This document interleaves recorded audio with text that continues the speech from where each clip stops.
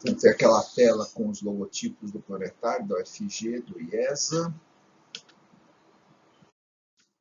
E pergunto se vocês estão vendo essa tela laranja, a origem da hidrosfera e dos oceanos.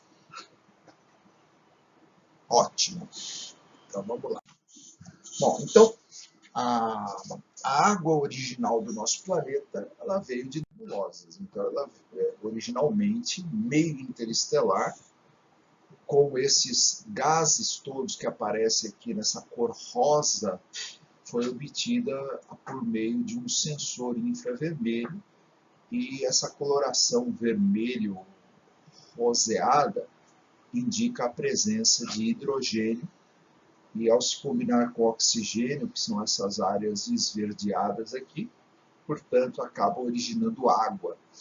E os pontos luminosos são estrelas no meio interestelar. Então, de pedacinhos dessas nuvens originam novas estrelas e ao redor delas os planetas, então novos sistemas planetários. Então esse é o endereço original da água, o hidrogênio produzido no Big Bang e o oxigênio produzido no interior das estrelas. Então somente a partir da morte das estrelas por meio de explosões supernova é que o oxigênio pôde ser espalhado no meio interestelar e, juntando com o hidrogênio, formou a água.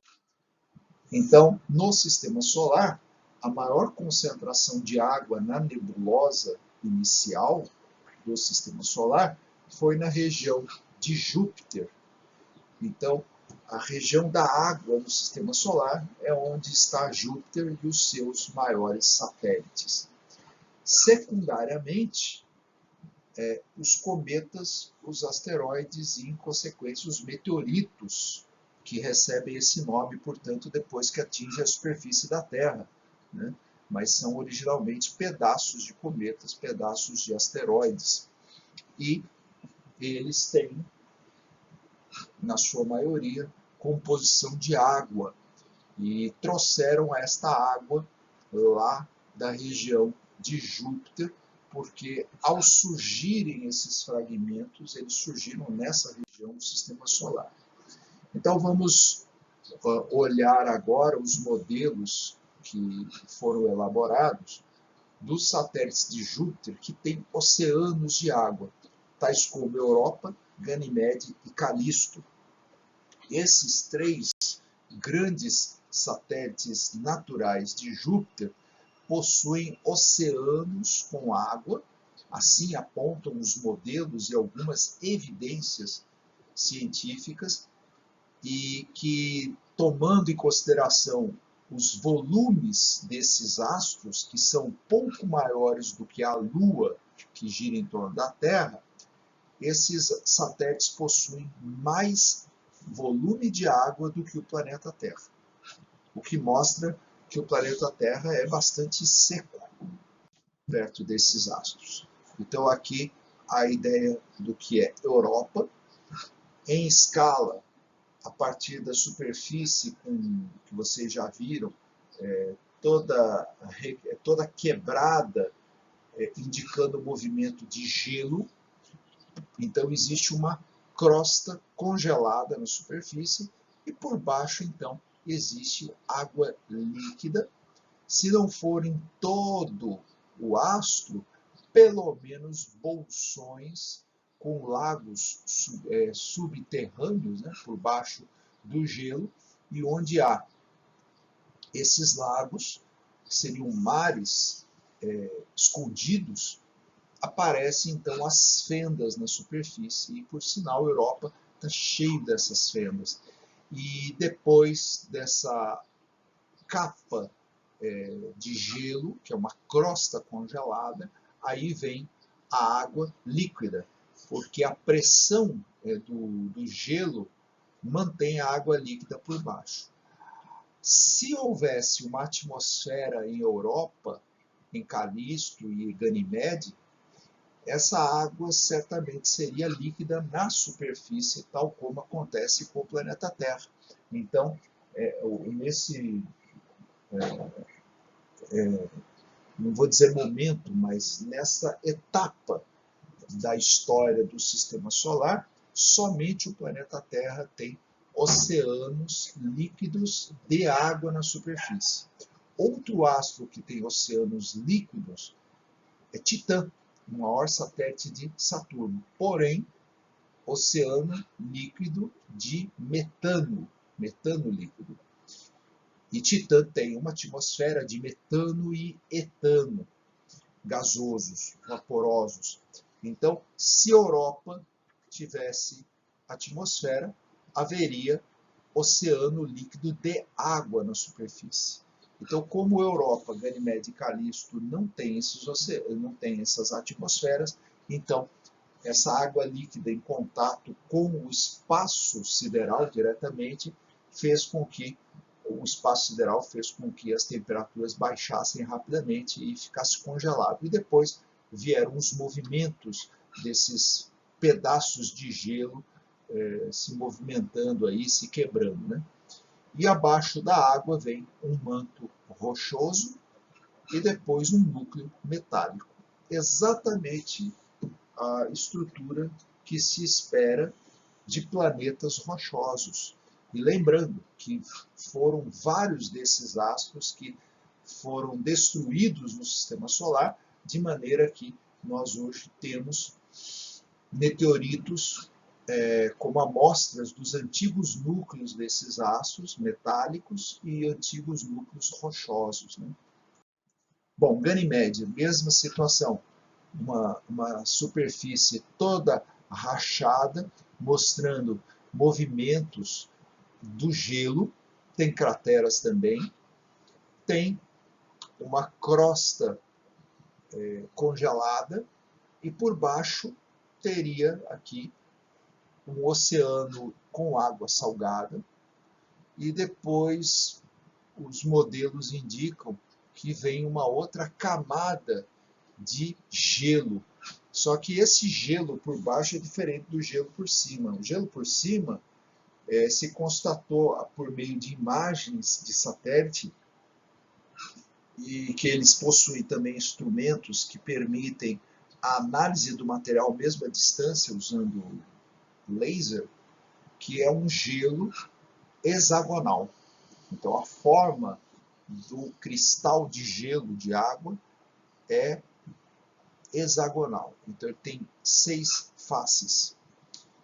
E com o uso do satélite orbitando Ganímede, consegue-se determinar a distribuição do campo gravitacional do satélite e a partir daí dá para definir a densidade e por meio do estudo da densidade dele dá para se estabelecer as camadas internas. Então daí veio também o modelo de um núcleo metálico sólido, igualzinho à Terra, depois um núcleo metálico líquido, também igualzinho da Terra, um manto rochoso igualzinho da Terra e depois uma camada de gelo, porém tetragonal, formando então figuras são triângulos quase pirâmides, né? A pirâmide ela acaba sendo um pouquinho mais complexa. Então, tem uma face a menos que uma pirâmide, o tetragonal. Então, são cristais um tanto diferentes. Tetragonal para o gelo mais interno e hexagonal para o gelo mais externo. E Calisto, que também não tem atmosfera, tem uma superfície bastante caracterizada, porém apresenta menos movimentos no gelo. E as crateras acabaram mostrando uma escavação, que são crateras muito brilhantes. Então mostra que é um gelo bastante denso na superfície e cada cratera é uma escavação que permite a gente ver o material que foi ejetado, né? E é um gelo também hexagonal na superfície. Depois vem um oceano salgado por baixo e depois uma camada de gelo monoclínico, Então, um cristal monoclínico é um cristal mais simples ainda, com menos faces. Então, é uma alta pressão que acaba provocando esse tipo de gelo. E depois vem uma mistura de rocha e gelo tetragonal. Já é um outro tipo de cristal. Esse tem 4 faces, o tetragonal. Depois vem ainda uma outra camada de rocha e gelo cúbico. Aí o cubo é facinho, né? A gente entender. O cristalzinho do gelo cúbico. E, por fim, lá no meio tem uma mistura de rocha e metal aparentemente sólido. Então não tem fonte de calor aqui dentro de Calisto. Então são estruturas curiosas, mas sempre chamando a atenção que todos eles têm oceanos salgados. No caso de Saturno, tem os satélites Encelados ou Encélados, depende como queiram chamar, e que durante os vários anos que a sonda Cassini trabalhou orbitando Saturno e os seus satélites, ela permaneceu ali por volta de pouco mais de 9 anos, a sonda Cassini ela pôde passar por 2 vezes em Encélados ou Encelados e na primeira vez fez essa imagem muito impactante que mostra um pedaço aqui do satélite iluminado pelo Sol, é um pedacinho da parte diurna, e aqui à noite a parte escura, e aparecem aqui várias emissões de vapores, tanto na parte diurna como dá para ver na parte noturna. Esse é o polo sul do Encélados. Aqui a gente nitidamente vê linhas formando relevo de material de gelo na superfície, quebrado, movimentado, e na segunda vez que a sonda Cassini passou perto de Encélados, os mecânicos celestes da missão Cassini conseguiram calcular uma trajetória na qual a sonda Cassini pudesse passar no meio desse vapor de água. Na verdade, não se sabia se era vapor de água. Hoje já se tem certeza, porque ela passou. Então, passar no meio desse vapor de água e analisar que material era, se constatou que era vapor d'água, e também se constatou que tem moléculas orgânicas e sal de cozinha no meio desse vapor sendo ejetado. Então, não só a órbita deu certo, como todas as manobras com pequenos retrofoguetes deram certo para que passasse com sucesso aqui. Né? E daí veio um modelo de que tem também uma camada de gelo e água salgada por baixo. E talvez um reservatório mais superficial, também como acontece com Europa, lá em volta de Júpiter. É uma camada de gelo com, em média, 80 km de profundidade e, portanto, é ejetado aqui no espaço esse vapor d'água com sal, que é o NaCl, né, o cloreto de sódio, e moléculas orgânicas. Molécula orgânica não significa vida, mas significa que tem bastante matéria-prima para se originar a vida. E aí, o fato também de haver essas ejeções, e elas também foram encontradas em Europa, dá a esperança de que tenha fontes termais nesses oceanos. E aí, havendo água, havendo fontes termais, rocha com materiais inorgânicos, e se chegar a ter matéria orgânica, como se constatou, tem grande chance de as coisas terem evoluído a tal ponto, se transformado a tal ponto, que deve ter vida por baixo dessas camadas aí de gelo.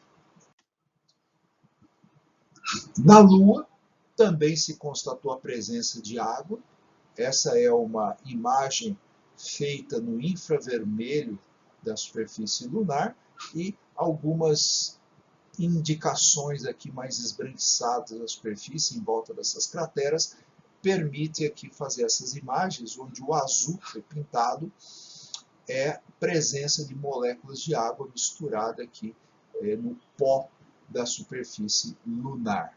Então isso indica que foram impactos causados por cometas que trazem muita água congelada na sua superfície e nesse impacto essa água foi espalhada na superfície da Lua, que liquefez durante o impacto e depois voltou a solidificar e ficou misturado na poeira. Então, grandes chances de impactos de cometa na Lua. Então, existe água na Lua. Quem detectou essa imagem foi o Chandrayaan-1, que é um satélite indiano, e ele fez então essas imagens da mineralogia lunar. Tem também outras imagens aqui, vocês veem essas faixas escuras, que são áreas onde houve falha na obtenção das imagens aí, porque os satélites eles fazem órbitas polares de polo a polo passando pela Lua, esse é o Polo Sul, e há, por vários motivos, falhas em algumas faixas de imageamento. De qualquer maneira, são essas que conseguem se ver. E aqui em vermelho são crateras novas. A gente vê aqui um pó branco em volta das crateras e algumas crateras diferentes, que são essas verdes aqui, que também, tanto as que estão em verde como as em vermelho, têm um meio esbranquiçado, mostrando, portanto, que elas têm água. Então, elas trouxeram água para a Lua. Então, tem bastante água no Polo Sul. Marte. Bom, essa são duas imagens de uma mesma cratera em Marte. Nessa daqui, a luz do Sol refletiu de tal forma que aparece bem o gelo na superfície da cratera. Nessa outra, tem sombra, no qual consegue-se perceber melhor a profundidade da cratera, mas o gelo está aqui. Então mostra que também foi impacto ou de um astro que trouxe água para Marte, como é o caso de um cometa, ou que essa água esteja aqui, abaixo dessa camada alaranjada de Marte, como o chamado permafrost, que são rochas com água congelada por baixo, e o impacto de um astro acaba escavando e mostrando a presença dessa água. Pode ter acontecido isso. Nessa outra imagem, aparecem outras duas crateras com esses pontinhos brancos, bem caracterizado da presença de gelo, e aqui em outro horário que não se vê tão bem a presença dessa água, somente as crateras. Então, tem que se fazer imagens em diversos horários para se perceber isso. Essa está bastante curiosa, tem uma cratera aqui, e essa cratera escavou e jogou todo esse material congelado aqui na superfície. Exatamente a situação que ocorreu na superfície da Lua. Então, ou foi um cometa que espalhou a água que congelou aqui na superfície, igual na Lua, ou, no caso de Marte, de novo, foi material escavado de uma camada abaixo que foi jogado aqui. No caso da Lua, não tem essa camada congelada de água por baixo, mas em Marte tem. Então, por isso que fica essa possibilidade. Muito bem, no caso da Terra, então, os meteoritos trouxeram água gota a gota durante bilhões de anos, e cada vez que novos meteoritos atingem a Terra, e isso acontece diariamente, eles continuam trazendo água, e com 4,3 bilhões de anos, a Terra apresentava mares rasos. Vocês leram um texto a respeito disso, é aquele do zircônio, e ele mostra isso, que o zircônio, então, ele foi formado em mares rasos. Então, nos primeiros 100 milhões de anos da história do planeta, já tinha mares rasos. Então, a gente considera que a Terra se formou há 4,56 bilhões de anos. Por volta de 4,4 houve aquele impacto, aquela colisão com Theia, que originou a Lua. A Terra novamente se derreteu inteira em 4,4 bilhões de anos, e entre 4,4 e 4,3 certamente já tinham os primeiros mares rasos, a Terra já tinha resfriado o suficiente. E durante todo esse processo, a Terra, é bom lembrar que antes do impacto com Theia, a Terra tinha água trazida por esses meteoritos. E no impacto com Theia, esta água foi vaporizada para o espaço e foi perdida. E a Terra, então, ficou mais seca do que era. Apesar de Theia também ter trazido um pouco de água, não foi o suficiente para cobrir o que ela perdeu. Então a Terra tornou-se mais seca do que era. Tem até uma comparação que se pegar um avião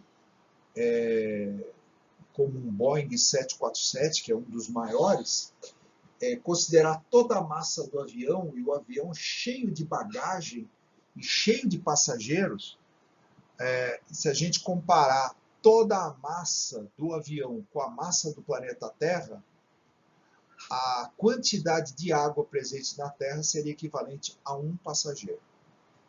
Então mostra que a Terra é bem seca. Mais do que a água presente na superfície da Terra e na atmosfera terrestre, a Terra tem bastante água no manto. Então, foi durante a formação da segunda atmosfera da Terra que se formaram os primeiros oceanos, os primeiros mares rasos da Terra. Então, 4,3 bilhões de anos já estava se formando a segunda atmosfera terrestre. E, portanto, também estava se formando os primeiros mares e o primeiro oceano terrestre, e houve aí uma transformação desses oceanos ao longo do tempo, que é o que eu vou falar agora. Então, uma água secundária na superfície da Terra, ela veio do manto, pelo processo de desgaseificação do manto e as erupções vulcânicas. Então, as erupções vulcânicas são as portas de acesso à água do manto e aos gases que compõem a atmosfera da Terra. Então, o processo de desgaseificação do manto é importantíssimo para compreender a formação das duas últimas atmosferas do planeta Terra e dos 3 tipos de oceano. Os oceanos primitivos seria a primeira fase de oceanos do planeta. Por 10 milhões de anos, eles eram ácidos e temperaturas de 70 graus positivos. Então, muito difícil para seres vivos se originarem nessa época. Havia, como há ainda hoje, o ciclo de erosão das rochas, junto com a sedimentação da hidrosfera. Isso é um termostato. O que significa isso? Significa que os oceanos eles são constantemente entulhados com materiais retirados dos continentes por meio dos rios que carregam, transportam os sedimentos e depositam nos mares. Quanto mais sedimento houver, menos água disponível tem. E tendo menos água, tem menor evaporação, tem menos chuva e, portanto, menos erosão. Se tem mais água, tem maior evaporação, tem mais chuva e tem mais erosão e, portanto, maior sedimentação. Então, de imediato, por um olhar mecânico, a presença de mais água ou menos água interfere diretamente na erosão e na sedimentação, de imediato. Olhando do ponto de vista químico, tem cálcio nas rochas e tem dióxido de carbono na atmosfera. Se há pouco dióxido de carbono na atmosfera, há menos dióxido de carbono também nos mares. E, portanto, a temperatura é mais baixa do planeta. Se tem muitas erupções vulcânicas originando dióxido de carbono na atmosfera, há mais CO2 na atmosfera, portanto, há maior retenção de infravermelho que é reemitido pelo planeta Terra, né? Recebe ondas curtas, em termos de espectro eletromagnético, ondas curtas do Sol, e a Terra emite ondas longas no infravermelho. E o dióxido de carbono aprisiona essas ondas longas. E com isso aumenta a temperatura, com o efeito estufa. Então, maior quantidade de CO2 na atmosfera, temos um efeito estufa mais intenso acontecendo no planeta Terra. E com isso aumenta a temperatura.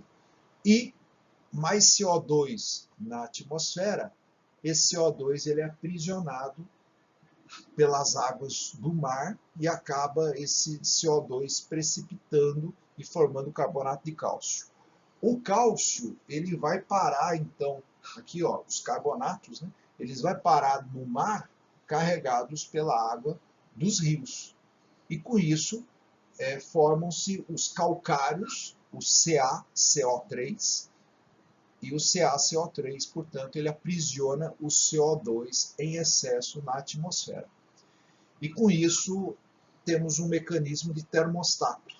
O termostato, então, ele controla as temperaturas. Então, quando está muito quente, tem mais CO2 na atmosfera, esse CO2 é aprisionado na forma de calcário, tem a formação de depósitos mais espessos de calcário nos oceanos, e isso faz com que a temperatura caia. Esses calcários depois eles são derretidos no manto terrestre por meio do movimento das placas tectônicas, que levam esses depósitos de calcário para as câmaras magmáticas dos vulcões, e depois esse dióxido de carbono ele é devolvido para a atmosfera, e se o planeta está muito frio, ele volta a esquentar. Então existe esse mecanismo natural de termostato no planeta.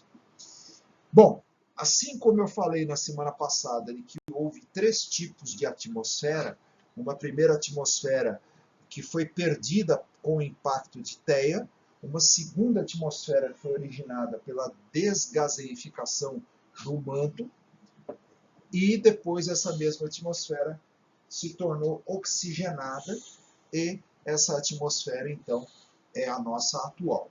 Então, também houve 3 tipos de oceano.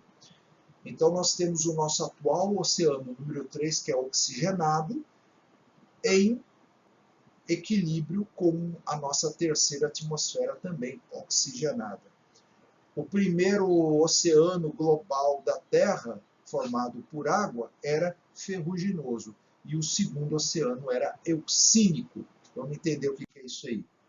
Ferruginoso, entre 4 bilhões de anos até cerca de 2 bilhões de anos. Então, os 2 primeiros bilhões de anos da história da Terra era um oceano ferruginoso, água misturado com ferrugem, portanto, era um planeta vermelho, é aquela fase terra vermelha.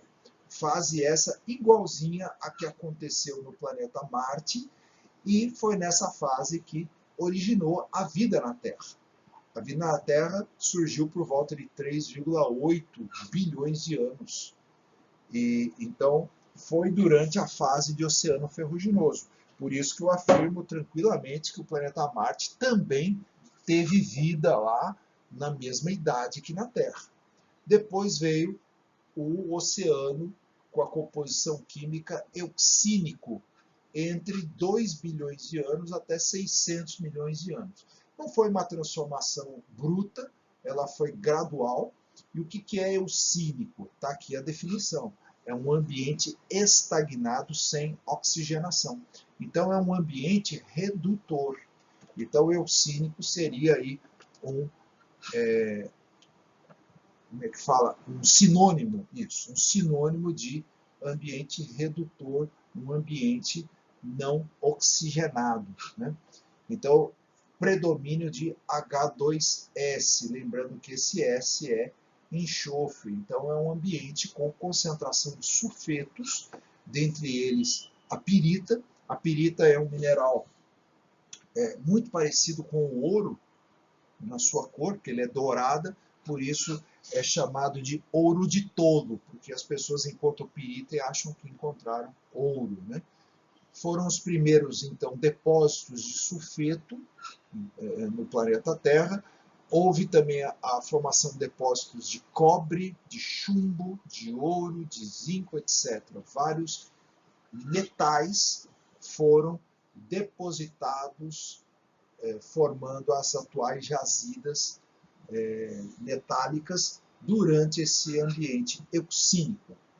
E os oceanos se tornaram oxigenados a partir dos últimos 600 milhões de anos até hoje. Ou seja, o oceano oxigenou junto com a oxigenação da atmosfera. E aqui um modelinho mostrando atuais regiões com bacias marinhas, baías, melhor dizendo, e área de oceano aberto. Então, no oceano aberto, existe maior diluição de oxigênio. Então, aqui é maior a quantidade de oxigênio. Quanto mais próximo da costa, menor quantidade de oxigênio e aumenta a quantidade de sulfetos. Então, a gente pode dizer que o mar aberto ele é bastante oxigenado.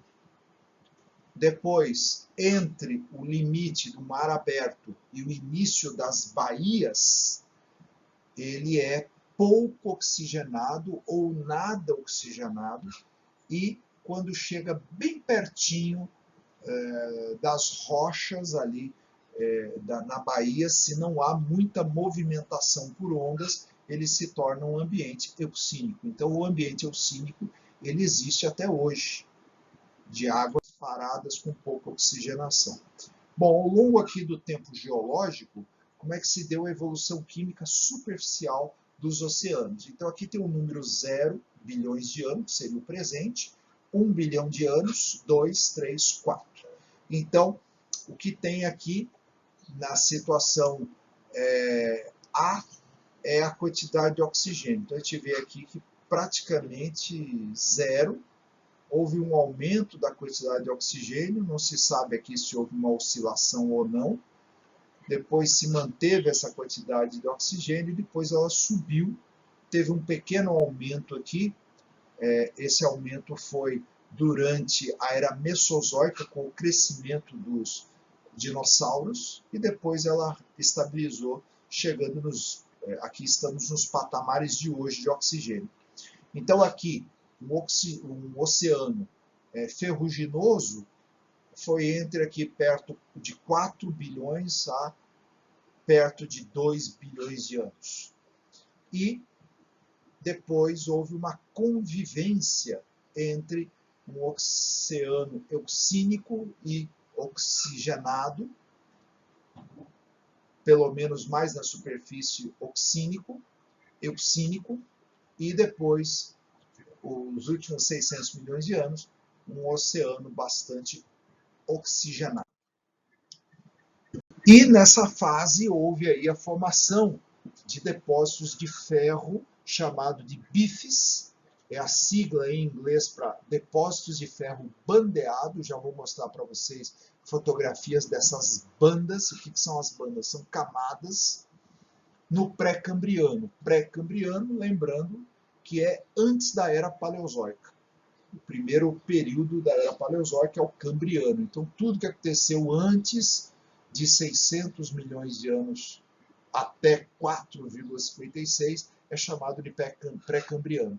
Então, tem aqui essas cores aqui em amarelo, roxo, azul, verde e vermelho, são as idades. Então, esse que está em azul escuro, como é o caso aqui de Carajás, indica que são os depósitos mais antigos.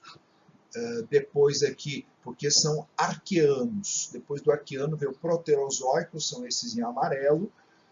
Continua o proterozoico, mas um pouquinho acima na idade, um pouco mais novo, o azul claro. Depois o proterozoico um pouco mais jovem, que é o verde, e o vermelho, que é o mais novo deles, né? Mas tudo isso é pré-cambriano, né? Então é isso daqui. Essas fotos mostram depósito de ferro bandeado em Ontário, Canadá. Então a gente vê como se fossem rochas de Marte vermelhas, é a fase terra vermelha, e formam aqui várias camadas de diferentes resistências à erosão, por isso formam aqui degraus, que são rochas mais resistentes à erosão, elas permanecem, as menos resistentes elas são erodidas, e vão formando camadas claras, escuras. Então são os depósitos bandeados de ferro. Mais uma vez aqui, ao longo da era geológicas, então aqui nós temos o presente, 200 milhões de anos atrás, 400 milhões de anos atrás. Esse aqui é o Fanerozoico, né? Então o Fanerozoico, ele pega aqui o Paleozoico e o Mesozoico, né? Então tá aqui, ó, Cambriano, Ordoviciano, Siluriano, Devoniano, Carbonífero, Permiano. Isso aqui é a era Paleozoica. Agora a era Mesozoica, Triássico, Jurássico, Cretáceo, e agora aqui a era Cenozoica com o Terciário e até os dias presentes. Então isso está mostrando, por exemplo, em azul, o oxigênio. Então aqui mostra detalhadamente aqui oscilações de oxigênio, um aumento de oxigênio na Paleozoica, e portanto está em azul já é uma atmosfera oxigenada, em consequência também oceano oxigenado. Aqui tem um aumento da quantidade de oxigênio, principalmente no Carbonífero, com formação de florestas, maiores florestas da história do planeta. Depois baixou aqui no Permiano por conta de extinções em massa. Aqui temos 5 estrelinhas mostrando episódios de extinções em massa. E aqui no Permiano, então, conforme houve a diminuição do oxigênio com extinção em massa, teve um aumento de substâncias sulfurosas, né, do oceano euxínico. Então veja que durante o oceano ferruginoso tinha presença de materiais sulfurosos, mas aumentou aqui durante o éon proterozoico, depois diminuiu na era paleozoica, uma pequena oscilação aqui, ó. Então quando cai o oxigênio aumenta os sulfetos, e aqui aumentou o sulfeto, aumentou de novo quando diminuiu aqui, ó, entre o Triássico e o Jurássico, e depois vem caindo. E o oxigênio oscilando, né? Porque teve esse grande aumento aqui durante a era Mesozoica, com o gigantismo dos dinossauros, e um segundo aumento aqui no Terciário, que foi o gigantismo dos mamíferos e das aves. E depois caiu para os níveis atuais. E aqui a gente vê, olha, pássaros, mamíferos surgiram, aqui répteis, anfíbios, os peixes e as plantas aquáticas, os primeiros animais invertebrados. E aqui para trás, os oceanos ferruginosos com os primeiros microfósseis, e aqui nos oceanos euxínicos, os primeiros seres eucariotes. E vai aqui até 4 bilhões de anos atrás, 3 bilhões, 2 bilhões, 1 bilhão, 600 milhões, 400 milhões, 200 milhões, presente. E aqui para trás, então, temos o éon arqueano, o éon proterozoico, tudo isso é pré-cambriano. E temos aqui o eoarqueozoico, que é mais antigo, o paleoarqueozoico, o mesoarqueozoico e o neo, que é o mais novo, neo-arqueano. Proterozoico é a mesma coisa. Eoproterozoico, que é mais antigo, paleoproterozoico, mesoproterozoico e neoproterozoico, que é mais novo. E a mesma ideia, mostrando agora rochas com os seus respectivos sedimentos, né? Então, evolução química de águas oceânicas profundas. Então, aqui, em 3 bilhões de anos, até 1,8, oceanos ricos em ferro. E aqui 1,8 é o fim das formações bandeadas de ferro. E aqui em 2,4 teve uma ocasião aqui de um evento de oxigenação. Isso tem a ver com aquele texto da semana passada, quando o metano ditava o clima, quando começou a intercalar o metano com oxigênio. Então, o oxigênio na atmosfera que acabou também interferindo nos depósitos de ferro nos oceanos. Depois aqui 1,8 até 0,8, que seriam 800 milhões de anos, são os oceanos ricos em sulfetos. Depois, entre 800 milhões de anos e 370 milhões de anos, houve aqui a euxinia, né, os oceanos com sulfetos, parcialmente, então passou a aumentar a oxigenação, mas ainda eram oceanos euxínicos misturados com oxigênio. Então aqui em 370 milhões de anos é a extinção do Devoniano na era paleozoica, depois aqui 300 milhões de anos o Carbonífero, com grande quantidade de oxigênio por conta das florestas aqui. 250 milhões de anos atrás teve a extinção do Permiano, fim da era paleozoica, entrando para a era mesozoica, e aqui na era mesozoica teve episódios aqui de aumento de oxigenação, e nos últimos 60 milhões de anos que nós temos aqui uma oxigenação permanente nos oceanos, né? Porém, aqui na era mesozoica, intercalados aqui essas bandas escuras, seriam eventos anóxicos oceânicos, ou seja, eucínicos, né? Com extinção de oxigênio por alguns momentos. Mais uma vez, mostrando que, apesar de na superfície ter havido uma intercalação entre oxigênio predominante aqui é o zero, né, que são os dias de hoje, e aqui 1 bilhão de anos atrás, com os sulfetos misturados com oxigênio, 2 bilhões de anos atrás, nós estamos falando aqui da situação do oceano mais raso, e aqui o ferro, mas no oceano profundo, o ferro se manteve por muito tempo, assim como as camadas eucínicas de sulfeto também. Então, só mais recentemente que o oxigênio tem dominado tanto o oceano raso quanto o oceano profundo, né? E mais uma vez aqui na atmosfera, a quantidade de oxigênio aumentando, e isso intercalado com grandes acontecimentos da diversidade de vida, da mudança ambiental no nosso planeta, como aqui o aumento da complexidade dos primeiros animais, a diversidade de plantas terrestres aqui, chamada então de explosão cambriana. Então, a quantidade de vida aumentando muito com a presença de oxigênio tanto nos oceanos quanto na atmosfera.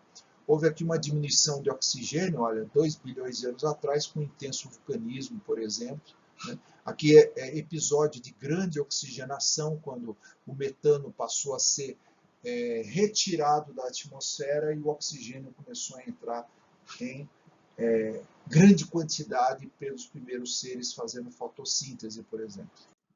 Ou seja, o que aconteceu na atmosfera interferiu diretamente nos oceanos. E agora aqui uma passagem geral por alguns nomes de oceanos, algumas dezenas de nomes, um pouco mais de 30 nomes de oceanos ao longo da história do planeta. Aqui só para passar alguns, desde o Cambriano, 514 milhões de anos atrás, um oceano Pantalássico, oceano Iapetus, essa parte em azul, a parte em marrom, terras emersas. No Ordoviciano, 458 milhões de anos atrás, o oceano Pantalássico, o oceano Iapetus, e apareceu o oceano Paleothetes. No Siluriano, 425 milhões de anos atrás, o Oceano Pantalássico aqui está, o Iapetus está aqui, o Paleothetes também está aqui, mas já surgiu o Oceano Reiki. No Carbonífero, 356 milhões de anos atrás, Oceano Pantalássico, Oceano Reiki, aqui, e o Paleothetes também está aqui. Permiano, 255 milhões de anos, Oceano Pantalássico seria o equivalente ao Pacífico, o Paleothetes aqui, e o Oceano Tétis, pegando aqui o equivalente ao que seria o centro da Ásia hoje. No Triássico, 237 milhões de anos atrás, portanto era Mesozoica, o Oceano Pantalássico aqui está ainda, como o nosso atual Pacífico, o Oceano Tétis, pegando novamente o que seria a Ásia hoje, abaixo d'água, e o Paleothetes, o que seria o norte da Ásia e da Europa. Jurássico, 152 milhões de anos atrás, o Oceano Pacífico já, o Oceano Atlântico Central e o Oceano Tétis, equivalendo aqui a o meio da Ásia e talvez um pedacinho do que seria o Oceano Índico. No Cretáceo, na era Mesozoica, o Oceano Pacífico, o Atlântico Norte, o Oceano Ártico, o Atlântico Sul e o Oceano Tétis, ainda pegando o equivalente ao Oceano Índico e o meio da Ásia. E esse é o último. Fim.